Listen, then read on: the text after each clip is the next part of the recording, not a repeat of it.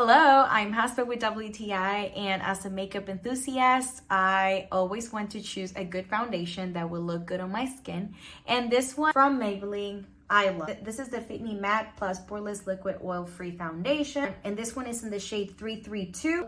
This shade is a little darker than my actual skin because I use it in the summer especially. And so I have two foundations of these, but different shades, because one I use when it's winter and I'm not in the sun as much, and one, which is this one for summer, when I get a little more tan. Again, this one's in the shade 332 Golden Caramel.